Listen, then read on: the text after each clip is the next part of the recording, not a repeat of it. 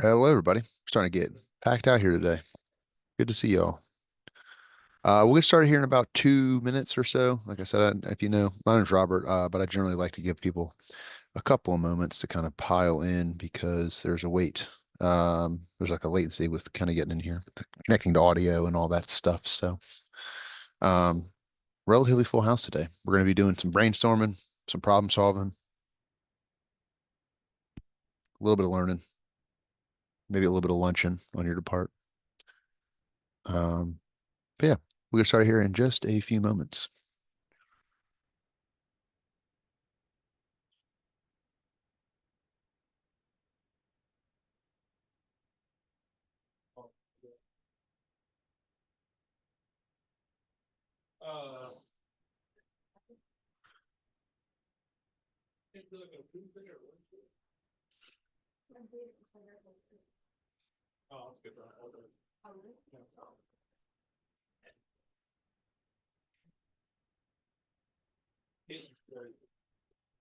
If you do have a question, let me go back here. Sorry about that. Feel free to go ahead and put it in the chat. I know we got some pre-submitted ones. We're probably going to start with those, but um, no harm in getting your question in the list of questions, you know?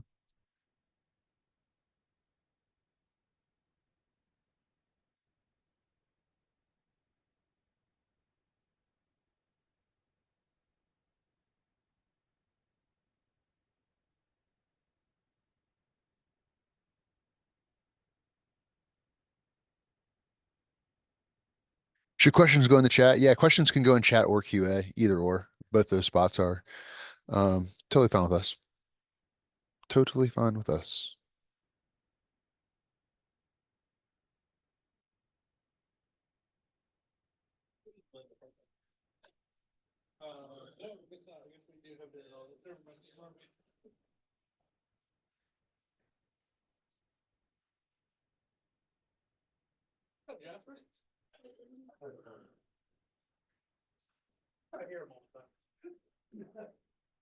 All right, it's 12:04, which means we're going to get started. Pretty much everyone in here has been in here before, but let me make sure. Yeah, for the most part, or I've spoken to you over email at the very least. But my name's Robert. We'll be kind of working through it. We've got some people, other besides me, Gregory, Jasmine on the other side, on our side of the line. So hopefully we can find some solutions for you. I know we got some pre-submitted questions, so we're kind of going to start there. I don't have a full. I guess we have a couple different iterations of the build, so I'll kind of give everyone some context. Um, First question that we got was something along these lines. Um, Something along these lines where, um, how can I show this here in an easy way? Something along these lines. So we have this input data that we're trying to kind of look at, and we're trying to figure out. And this is the question. I'll unmute you as well. Question. I'll unmute you. But I think we get the context. It's just the build paradigm. But you're unmuted. So the question is essentially we have data coming in like this, and we are trying to figure out the counts of a specific field. So with this particular use case example, um, you would have 005 with a count of 2 and 010 with a count of 1, as well as an output that says, hey, this was the max count. So that, 005 had a count of 2. That was the highest count out of all the data that came in. So we've been kind of building, Gregory and I, for the last little bit. We've kind of got a couple different iterations of it. I'll kind of start with my halfway done one, and then we'll bounce over and we'll look at Gregory's more fully developed one.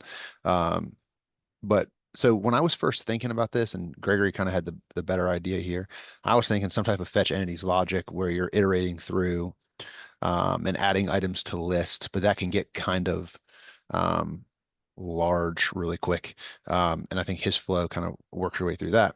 But what we tried to do here, and again, we're not, just be fully honest, I'm not fully there, but rather than a fetch entities, what I think might be a useful use is if you use a run report and you create a report, you can then group by a field like ID number, right? Let me turn some of this stuff off real fast.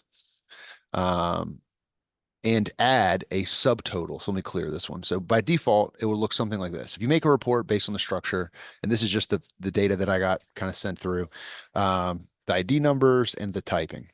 You can group it by ID number. And on the run report step, I'll show you you can kind of access some of this data in the flow. So we are grouping it by number, and then we can add a subtotal, and we want to say we want the field to be ID number, and we want to count. And it will, if I refresh this, it'll give us a count of these things. So ID number 2, ID number 1 as counts. So when on your run report step, if you change this to output either dynamic data rows or all report data, you will get access to all subtotals as a group. I haven't quite finished fleshing this fully out yet, but I'm working closer and closer to it, kind of inching up. Um, we've had a busy Friday and Monday today, so let's talk through kind of Greg's more kind of built out and see if people. You can also use for each and group step and group ID. See, that's why I'm glad you're VC. You're yeah, come on. So you can go. Let's build it out for a second. For each in group. That's why I'm glad you're here, man. For each in group. Let's just see if we can do some building. We got a couple minutes. And I know we got 2 more questions, but we'll be with you. We'll do about 5 more minutes on this one, hopefully. All right. So for each in group, we want to. Oh, I see what you're saying. Field to group by. Oh, that might even be easier. So I'd have to have a fetch though. That is smart though. Let's go ahead and just break this off for a moment. See if we can build this in lightning speed. So for each in group, I made your structure called LJ, I believe. Yep. The field to group by. I like it. ID number. We actually have to fetch that first. And that'll give us some entity results. Collection, entity results.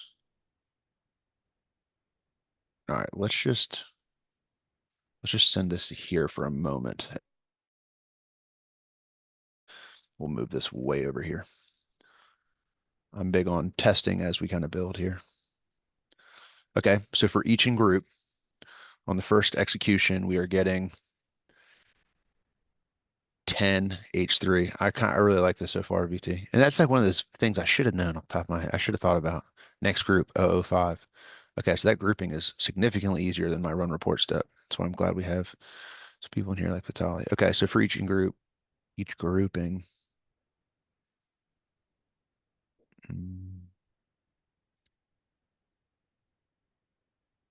Next group. Okay, so now that we have these in a group, I guess we could just add them to list, make a dynamically named list, and then get the count of the list. Does that sound right to you, Gregory? I mean, is that I think so. I'm sorry, I've almost got it built out over here. That's what I'm trying to I've almost got it ready to share. I think this is gonna work out in just a moment.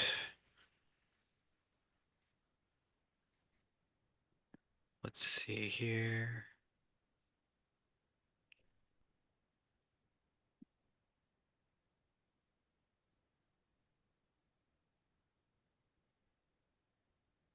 I'll be ready to share screen in just a moment.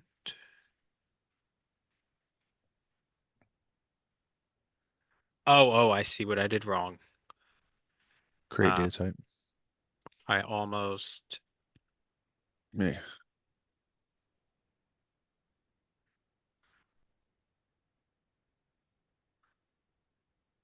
I think I got it fixed now. Oh, never mind. I didn't like that.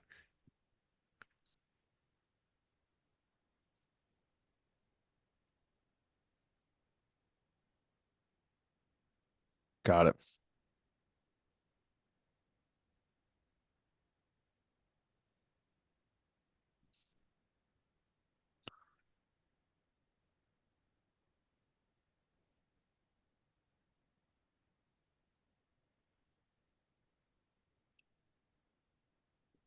Nope, I messed it up. Um, anyways, I can show the part that actually gets the number of rules collected, but I'm still trying to figure out how to do the maximum part. So I will grab all Make it a this list, of course. elsewhere. Hey, VT, I'm gonna unmute you, man. Go ahead. Give me some insight, my man. I know you got it. Hey, Do yeah, you want to go to the next question and come back to this? No, we're I think we're coming up on it. It's only been we've only been working on it for 6 or 7 minutes. Okay. I want to give you some kind of solution. You took the time to email us. Like you spent more time writing that email than we spent giving you right now. So, I'll just we'll give it a couple more minutes, man. I think we got it. All right, appreciate it. yeah. So put this create data before fetch and make it a list of data pairs. Okay. Yep. Now inside of for each next group, add item to list. Uh, Search for add item to list step. Oh, add them to the list. Okay, I see what you're saying.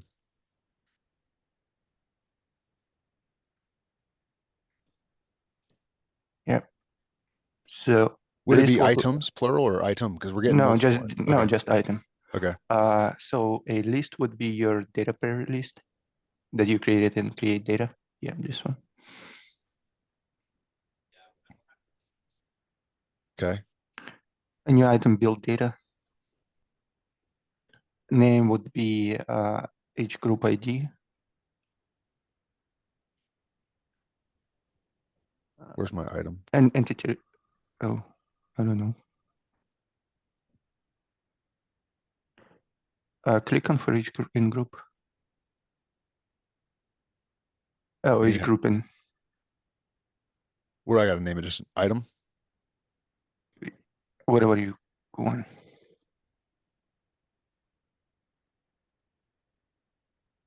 You can name it like group, whatever. Okay. New item will be group ID. You can get first ID number. I believe you wanted ID number, don't you? Correct. Very smart. Yeah, you're quicker than me, man. And value would be group.count. Group count. And now on the output, uh, make it like the same list, change value. Yeah.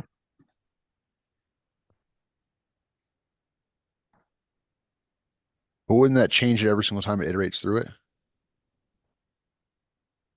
Yeah, it will add up to that list. So now you should be able to see all groups and counts. Uh, you may want on the end step output that list of data pairs.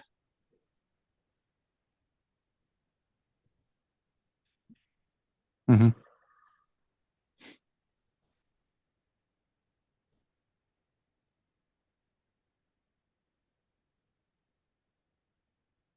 Man. All right, so that is correct. That is what we want. Okay, so Vitali, last question for you, man. I appreciate you always contributing in a great way. What would be the easiest way for me to figure out which value or us, I guess, what would be the easiest way for us to figure out which value would be the highest count once we get these data pairs? So when you got that list, you can just use max. There is a step. Yeah, but the problem with max is it only takes decimals and integers.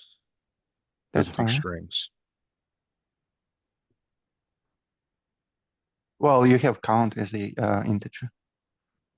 Count as an integer. So if you go to Oh, I see what max you're saying. and pick uh Count? not yeah. Yeah, I grabbed the wrong one.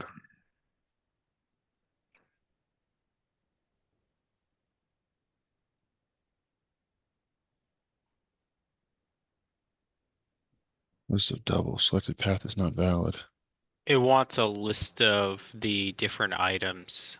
Oh yeah. So go to your data pair list and object value, all output value.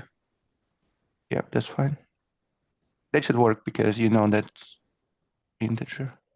It Mm-mm. just complains because it sees an object.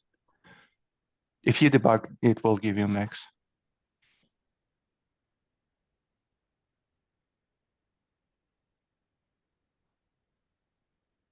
Okay, max is 2. Now, what you can do, you can get an index of item in list with value 2, and then get item by that index.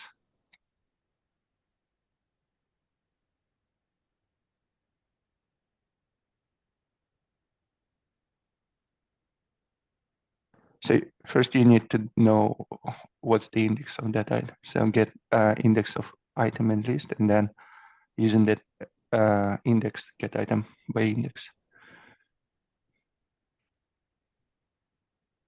Or another way, you can just for each your list and see where your count is to. Either way. If you have like a long list, this get item by index will be faster, but you can for each. So the item to find is going to be the max output from the list of ID and count. From the list of those objects. So it can be ID and count dot value.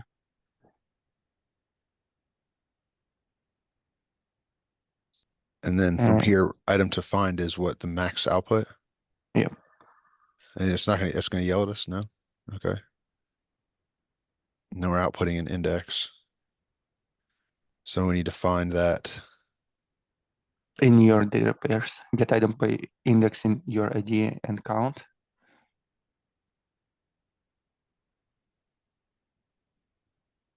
Yeah, list would be ID and count.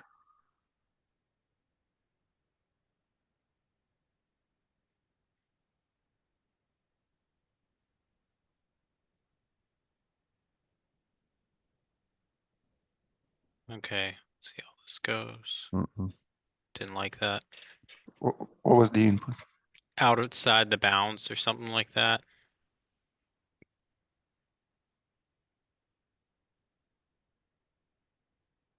Item index -1. What was the Lovely. output from the index? Get index of item, input and output. Is item to find 2, -1. Hmm. So I think what we'll do, just because I think we at least got to some type of lose. If you want, I can get rid of this part and send you this working bit, and then I can figure out the last bit. But that's It's working close. to Yeah. get the first half of your solution. Yeah, I appreciate that. Yeah, I can send this to you. Are you on version 8 or version 9? Version 8. Okay, I'll have to probably remake it. I'll try and send this to you, but I don't know if it'll import. You can just let me know if it doesn't, and I'll make it back in version 8 real quick, Okay, great. Thank you. and then I'll brainstorm that thing and I'll follow up with you today. And Appreciate again, that. second part, you can just for each your list and see which one is greatest. I mean, the max number. How would I do that? Just for my own. How would I Still find the can max? use you still can use your get max, so you know which one is your max, and then for each and see if that equals the output of your max. Okay, I see what you're saying. Cool. I'll save this and I'm gonna keep on rocking. And I appreciate everybody. Thank you, Vitaly, and everybody for running it. I'm going to Thank you. start kind of going through the questions. We got a number of them, so I appreciate everybody for the questions, but patience. I think the first one that came in like 1 minute after we started was Alexander. So I'll unmute you, and I can read the question out loud for everybody that wants to hear it. The question was, can you automate unit testing once passed, push to main repository or dev? And can you show how branching in decisions, if it exists? Um, Pretty straightforward question, I think. So like you want to basically have once unit testing pass automatically push to main repository or dev. I mean, that's essentially what you want.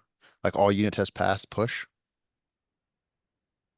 I think hopefully I muted you. Yeah, I did. I can't hear you though. I don't know if he's live right now, but My first thing is I don't know if that's like I'm all for automation. I work for an automation company, but I think there's a few things you should just manually approve. And pushing things to production um, is one of them. Um, that's maybe an opinion piece. Gregory, do you have an opinion on that portion as well? I mean, I'm sure there's ways that you can set up some type of scheduled job, like if unit tests pass and there's some build out, but I think that that's a kind of a very, it should be a rare um, thing pushing things to production. And to me, it seems like that's one of the things you'd really want some eyes on. Because the last thing you want is just to push a bunch of, you accidentally put a unit test on some random flow and it just automatically pushes that to production. And you have all these flows in production that you don't necessarily need. Okay. So I'm looking at the question. Can you automate unit testing once past push to main repository or dev? Can you show branching in the decisions if it exists? Is that the question that we're addressing? Yes. Yep. Um, I guess I want to make sure that I understand what you're asking here. Is this to push like to production or more like a QA environment, like after dev is created, like to have those unit tests come with the flow to a higher testing environment like QA or test? I'm not sure. I have you unmuted, Alexander, if you want to go ahead and chime in. I'm not sure he's can or is behind the computer right now. Okay. Hey, I'm sorry about that. Oh, I was you're trying to okay. find I was like, where's my WebEx? But I forgot that it's all mine. My bad. So yeah. So on our team, we have unit testing set up for different parts of our process. And we wanted to know if it was possible just to kind of have it. We usually start UAT and then have it push up once certain like criteria is met to UAT. I'm sorry, not UAT, to dev. And then from dev, we do it manually. Of course, to stop, stuff from breaking our production. But just to kind of save on that one point, like if I have a developer working on one piece and they complete their piece, then they should be pushed up. Okay, so you want to be able to automate it pushing to a higher testing environment, not to production, right? Yeah, correct. Gotcha. Okay. Um, There are a few different ways to do that. One such way to be to set up a scheduled job, and we have a repository service within decisions underneath the internal settings, uh, integration, internal services. There should be a repository service that allows you to have all those tools to be able to push to it. And it's coming up on the screen here, by the way. And then it's repository something. I don't remember the exact name of it. Uh, uh, Client SSO. That's not it. Repository client. It's not that you said. Okay. No, because SSO is going to be for like repo SSO. That's not the same thing. Can you search repository? It may be called designer repository or something like that. Yeah. Yeah, here we go. Designer repository actions service. Yeah, so this should give you the tools that you're looking for as far as finding branches, pushing to branches, that sort of thing. There might be another service in here as well. Might be in project service as well. So decisions actually does have a branching like almost like I was supposed to say ChatGPT, sorry. I can't think of the tool right now, but the GitHub. Sorry, it has like a GitHub-esque branching built in. Yeah. Yeah. In your repository, you can create branches. Okay, cool. Yeah, Yeah. absolutely. So, it's not the most thorough and technical, but like just because our um I would also take if you could connect decisions to um But we will make a note of it to come back. We did. We absolutely should. connected to geez, I just said it. GitHub? GitHub. Thank you. I'm sorry. I don't think you would need to connect it to GitHub because the repository decision server basically acts as that giant warehouse to store everything, which you can pull from. Like you don't need a separate GitHub server for that. The repository acts as that server that you can pull from into different environments. Okay, good to know. Because we were working on a project like earlier, and there was a couple of us working together in the same one, and like often you have to break each other's leases and things like that. So it's kind of messy. Hmm. Interesting. I see. Um, Yeah, you can absolutely do it on different branches. In version 9, every project has its own set repository. Not branch and trunk, but like it creates its own separate repository folder. So you check in and check out per project. VT was mentioning as far as a CI/CD pipeline, which is a way that you can kind of automate deployments through an Azure service, but that sounds like more that would be something you could do to set up on like an outside thing instead of a scheduled job to automatically push those changes. I would say be careful with the scheduled job because if you want to push stuff to the repository automatically, you want to make sure the timing on that makes sense to where it couldn't push something that someone's in the middle of working on.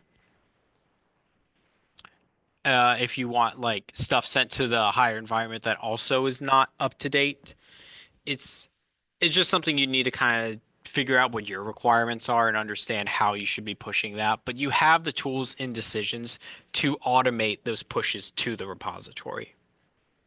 Okay, I mean, my end user, I mean, not me, one of our developers should be able to basically run through their unit testing. Once it's passed their unit testing, I mean, we can check that and then send it up after that, right? Like, I mean, we could put that if then statement somewhere in this flow, right? Where it checks that requirement first before like just pushing automatically. You could do that. Yeah, yeah. You could absolutely do that. Like check if the unit tests have passed, to determine if it should be pushed to the flow every once in a while. Of course, pushing it yourself is like a 5-second process as well for anything like that. So if you don't wish to automate it, that's always an option. But yeah, you should be able to set that up. You have the tools for it. There is a main repository flow in decisions that does all the pushes. I highly recommend not editing that, but you can look at it to see the logic behind it and understand how to create your own repository flow to push that. Okay, that makes a lot of sense. And so does version 8 currently have like any kind of branching as well, or Oh is yes, it it absolutely okay? does. In It's just fact, they both different. have branching trunk. The only difference is that everything is segregated by project in version 9. And in version 8, you push things by project as well, but projects can have dependencies in version 8 that are outside of the project. So you then push those dependencies that are part of other projects with those pushes as well. You don't have that in V9. Everything is either a declared dependency or you are pushing it only things in that project.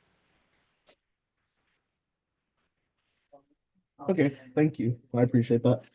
Yeah, sure thing. Um, that's my question. Cool. Thank you guys. And thank you, Gregory, for jumping in there. I did put in the chat like a video that kind of walks through like creating branches in repo and kind of how the process works because it is opposite of traditional code development where rather than pushing to a branch and then pushing to trunk, you push to trunk and then create branches. But it does kind of walk through kind of the process and how these things can kind of work with different copies. It is relatively short, 5 minutes. So hopefully that can be helpful for you. Let's go back. So we're looking in the chat now. So we got that one. We'll say we answered live. Done. All right, so let's go back to the chat. Question in the chat. We talked about this. So Seamus, I think we got yours next. Just making sure here. All right, so I'm going to read this out loud as I read it for the first time. So I know that you were kind of working with Gregory earlier, but we'll see if we can figure it out together. So the question is, here's what I'll do. Make sure there's nothing on here that seems too confidential. Nope, it's not. Doesn't seem too confidential to me. I'll put this in the chat for everyone so everybody can read it. If you're kind of in that world, while I read it, because I know some people are not good at absorbing data or absorbing information while someone else reads it. I am working on a project where I'm trying to use decisions to read raw data into a preset data type database. I use the create data step to create 2 mock data entries, and overall the form looks to be doing to be doing to the brunt of what I would like it to do. However, our goal is to pass data in from Nanonets automatically, and I'm having trouble with that portion. The data is set to pass through via API call to a given input in my flow. I hopped on the training call and got assistant Gregory. Yep, using session ID for testing purposes as well. Shows pop-up step. But as of now, for whatever reason, the provided URL does not appear to work in the Python code from the Nanonet side. Ultimately, I will need to use the guest option provided with documentation to support. I'm not sure what may be wrong with the code. It says I'm passing successfully on the Nanonet side, but doesn't seem to have any presence in decisions. And ultimately, I would like to access why I cannot get this connect with my flow. First attempt, I was not able to get a sample, though I'm trying to do so with a session ID. My initial thought, and I'm not trying to be dismissive, but just because I just want to be fully transparent. And I'll unmute you too, in case you want to kind of fill in some gaps there that I might have missed. Maybe someone else in the lobby might have some insight. The folks that do a lot of the API calls. Let me see if I can add you. Seamus. Oh, it's already unmuted. Cool. I don't have. I'm not gonna be able to give you. I'm not going to be able to give you a ton of information. I think a support ticket would probably be better because they can look in your actual environment. Like we don't have access to anybody's environment here. So with an API call, it's going to be complicated and there's going to be some nuance to, not complicated, there's going to be nuance to it. And making sure that you're getting the data you want, because that's kind of the name of the game with data. It's just kind of getting the data you want. VT or Vitali, if you want to, feel free to chime in. You said could be a use for post to flow type. I'm not familiar with that one either. If you want to fill in the gaps there. So for post flow, you have good documentation, and basically you just in your Python code you can just give it URL and just post data, whatever data you want in JSON format, for example. And on decision side, you can um, create some permissions. So for example, that post flow can be used only for account that you have created, just like you would do for a name session. And data that could be posted doesn't have to be structured. You can deserialize that inside of your flow based on some criteria. So basically, you can post whatever you want to it.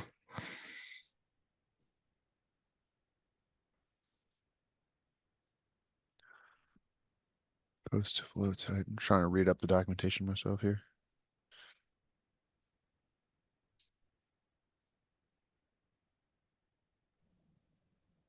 Oh no, Seamus, if you have any more context you wish to add, you're good to talk. Yeah, so it's just like a JSON data type, and I think it has a total of 32 entries per. It's a an array of JSON objects that will be coming in. And yeah, so like as I mentioned in the prompt, I did a little bit of like a sample from create data to just mock it, and that part it looks like it's flowing through okay within the form itself.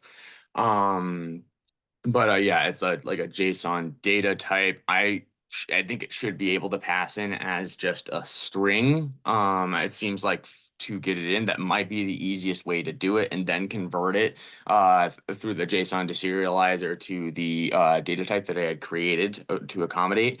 But I'm still trying to figure that out. I do I have have a a question, sir. What was your error in your Python code that you have mentioned? So I'm not actually, I guess that's another good thing to clarify. I'm not actually getting an error in my code. I'm just not seeing it show up anywhere. It says when I do a test on the Nanonets end, it says that it's successful, but I don't see anything on the other end. Did you see anything going on the network between that instance and decisions? Can you elaborate?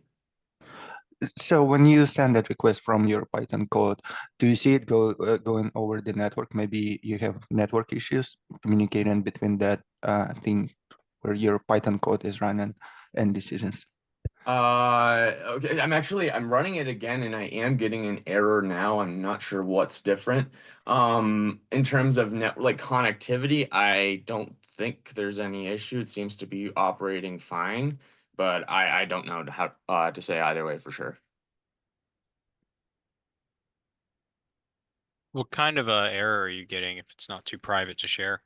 Yeah, okay, so it says lines and object has no attribute, no message available. It was going through like successful beforehand. I'm not sure what has changed since that. But I can. Is screen share available? No. Okay. So yeah, we're because we post these to YouTube. If you if Oh yeah. you if you send me an email, I can potentially like maybe show a post, but I definitely can't show your flow. I definitely can't Oh, really show.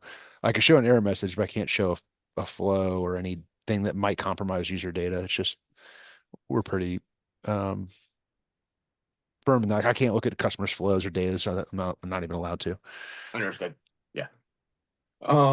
Yeah. So it doesn't. It's. I mean, nothing that appears to be like confidential in terms of information. But yeah, I'm still not exactly sure on looking back at it, but I don't see why per se it is causing an error when running. Yeah. Are you are Yeah. you able to hit the decisions flow with those same parameters from Postman, or can you not hit it there either? Just to see if it's a network issue or if it's something with the app. From Postman, how would I do that within Nanonets or do you, or Not within Nanonet. So you create the data type, and here we've got a You good can. demonstration on I was yeah, saying this. you can. I was just showing you can download it for free by Googling it. Software yeah, looks like this. Do you have it already? But am I I going too don't far think back? so. Okay, yeah, it's free. Um, but you can just download Postman. It's right here. It's free. It looks like this. And then where are we going, Gregory? I'm thinking we go to the flow and just show how to connect via API with Postman, just a simple one, so that he can see how to test this outside of the app to make sure he can even hit decisions. Yeah, so in your flow up here, this will say configure up here, Yeah, configure integration. You can change it to whatever service you want. We got a number of them on here. yeah, And once you hit view, it'll open up a new tab up here with yeah, some information, and you have permissioning issues here or permissioning options here, guest, current named session, all that kind of stuff. yeah. And you will get a URL up here up top in just a Yep. moment. And you can paste that into Postman and ping, and it will give you basically whatever data is passed out via your red end step. Um, so something along these lines, where again you'll get a URL here. You can use a current session ID, and you could paste this into Postman. Let me not update here. Let me make this a little bigger. Again, you got to use the URL up here, but in the body you can, and I've just done this as you can see for another project, but and you could paste in and change these values to whatever the input data for your flow would be. And then when you hit send, it'll give you down here what basically is populated out of your red end step, whatever data you chose to pass out. But he's saying just can you Okay. connect to it essentially? It's like can you connect? He's making sure that it's a not a network problem. Can you connect to decisions via an API, or is there some settings issue that we're thinking it's a kind of like a red herring? Like we think it's an API problem, but really it's just a connectivity network issue. Okay. Okay. Gotcha. Furthermore, to would be good to just get a support ticket going right now so that hopefully I'm Yeah. able to get a meetup with somebody to get a deeper look. Yeah, and they can actually get on your instance and look at your actual stuff with you. Like I'm Okay. like legally not even allowed to look at any cut. Like on the training team, we just have things so compartmentalized, and we have all these data. Um, what do we call them? Like certifications or something. We have like data metrics that we have to meet, and a certain part of that is like uh shelling off departments. Like I'm not allowed to look at any customer projects really. Okay. Gotcha. Yeah. All right. Also, I just wanted to mention, so if your computer in the same network and you will be able to hit this API, check permissions of that Nanonets if they are in the same network and have the same permissions to hit decisions server. Check permissions. I think there have been other projects that we have done a connection between internets and decisions, so I'm pretty sure it should be. I'm not 100% sure how to check it, frankly, but I will see if I can look into it.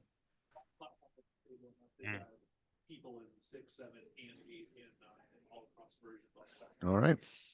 Awesome. Thank you Yeah. so much. I appreciate Yeah. it. No problem. Yeah. Yeah, and I would just copy and paste because you were pretty thorough. Like I would just I would go ahead and copy and paste what you put in the chat and just make that your support ticket. Yeah. So you don't have to retype it. Sounds good. And if you, the easiest way to submit a support ticket is if you just email support@decisions.com, it creates a ticket for you. You don't got to go through some, jump through loops to try and find the portal online. If you just email from your work email, support@decisions.com, it'll create the ticket for you. Okay, Kind of awesome. like you emailed us. Yeah. Yeah. Thank you. Yeah, no problem.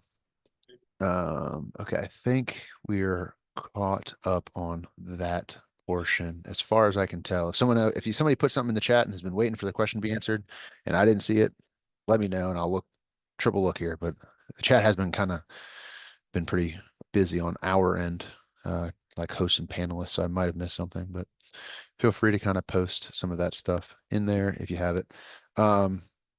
Give me one moment.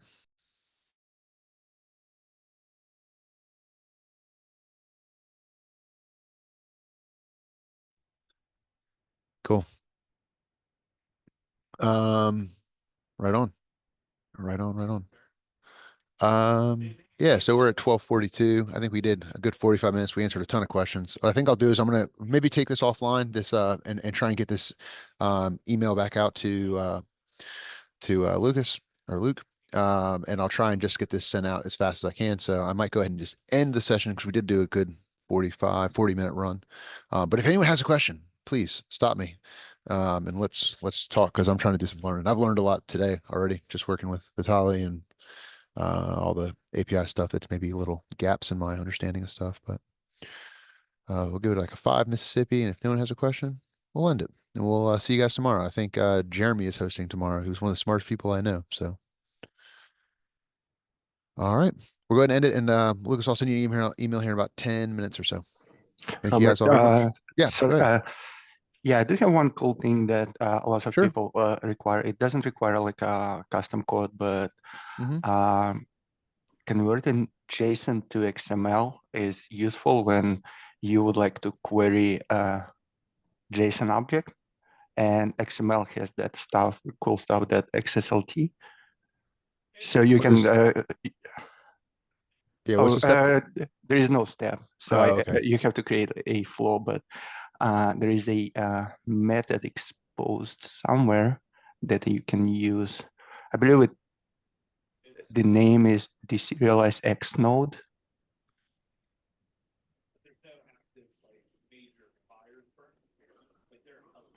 I'm not sure if you can search it.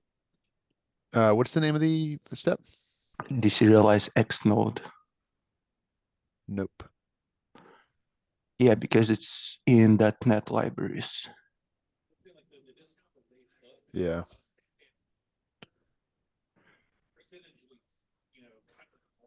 Something more than I would know how to build. That is for sure. Well, that's gonna work the same as internal services, but it's on the .NET. So where should, yeah, you just gotta drive me here because I'm not sure where to go. Run .NET library method, and basically you need to search assembly would be it's I'm not sure which assembly is it in. Let me try to see.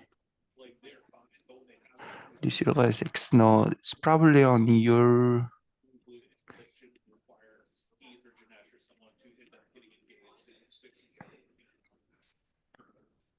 Not Newtonsoft, but stuff the decisions use for XML utilities. I did forget how that library calls.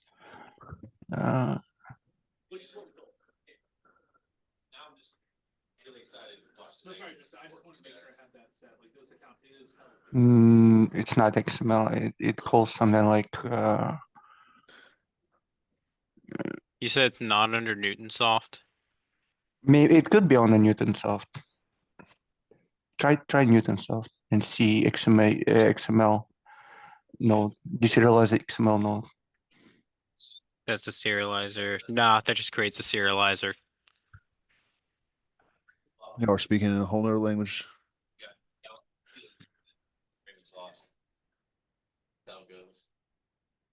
No, Yeah. not here. Yeah, I'm not saying it's not under Newtonsoft. Give me a second. Deserialize X node. Could it be that I just don't have the right library on my, like I don't have the right steps on my end? Like I don't have the right stuff in my system-wide settings? Can I search it? Can I search in this field with nothing in it? No. Nah, it's gonna populate that later, just like it It's does with other ones. it's in Newton South JSON convert. Newtonsoft. We just looked at Newtonsoft. We didn't see that. Do you have JSON convert class? Nope. No, we don't have JSON convert class.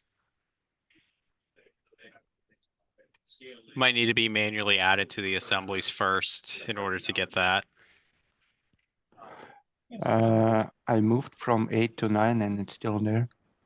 Well, I mean, I'm wondering if it's part of any sort of like module. Like, do you have a Python module installed that might have those .NET libraries with it?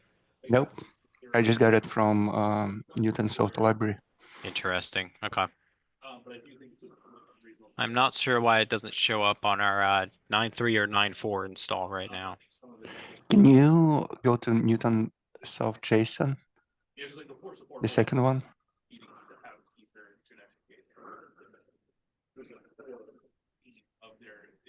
Oh, it's just protocol. Yeah, we looked at both these already. Weird. Yeah. We got from 8 to 9 and it's still working fine. But yeah, that's something that people wants to be exposed because you can query XML documents with the XSLT.